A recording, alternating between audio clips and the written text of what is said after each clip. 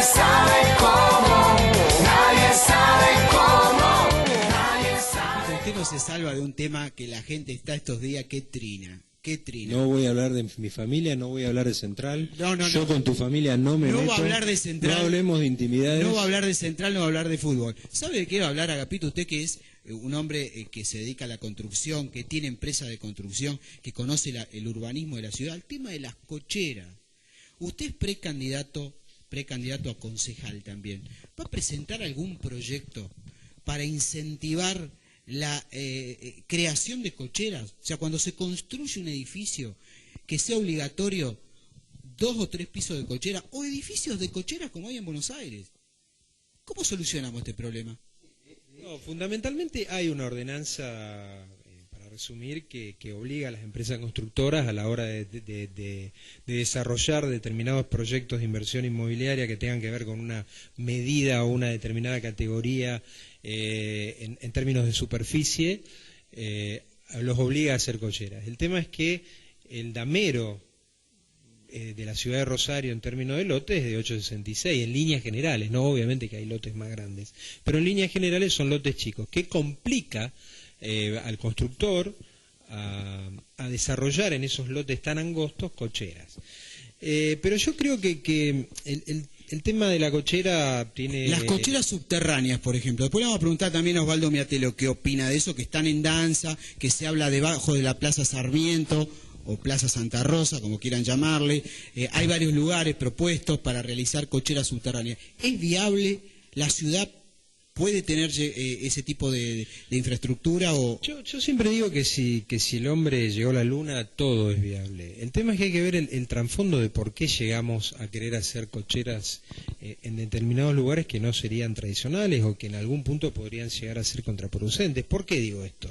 Porque en realidad, cochera sí, cochera no, tiene que ver con un plan integral de tránsito y de movimiento interno dentro de la ciudad de aquellas personas que se trasladan de un lugar a otro y que en algún punto, sobre todo en términos geográficos y de horarios, se concentran en un lugar que hace intransitable esas vías de comunicación.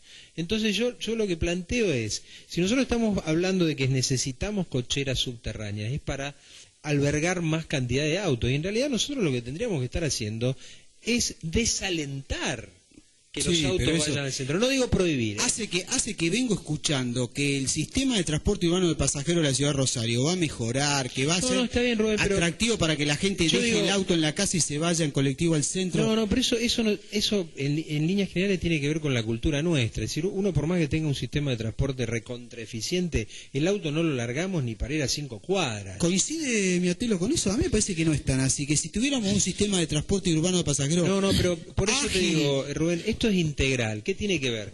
Tiene que ver con una readecuación de las áreas de la ciudad. Quiero decir con esto, tenemos que recrear los motivos y las circunstancias por las cuales la gente quiere ir al centro o tiene que ir al centro. ¿Sí? Y tiene que ver con un montón de cosas, no solamente con infraestructura de servicio, sino con la facilidad de comunicación y sobre todo también con la seguridad. Es decir, ¿por qué la gente tiene esa avidez de comprarse un departamento dentro de bulevares y no se le ocurre desarrollar o mudarse a otras zonas de la ciudad? Fundamentalmente por un tema relacionado con la seguridad. Entonces, el día que nosotros volvamos a tener un hábitat que tenga que ver con no solamente con la infraestructura de servicio que tiene que ver con las cloacas, el agua, la electricidad, el pavimento, con la iluminación, el sistema de transporte, que no solamente tiene que ver con eso, sino también con la seguridad. Cuando esta ciudad se desarrolló, se fue extendiendo hacia los barrios, fundamentalmente porque daba lo mismo vivir en un lugar que el otro, el día que volvamos a recrear eso, podemos estar hablando si generamos un plan de infraestructura vial que tenga que ver o no con una cochera subterránea debajo de la Plaza Sarmiento. Muchas gracias, Agapito Blanco. A ustedes. Nadie sabe cómo. El magazine informativo de la tarde, con la conducción de Rubén Sauro. Nadie sabe cómo, nadie sabe cómo, nadie sabe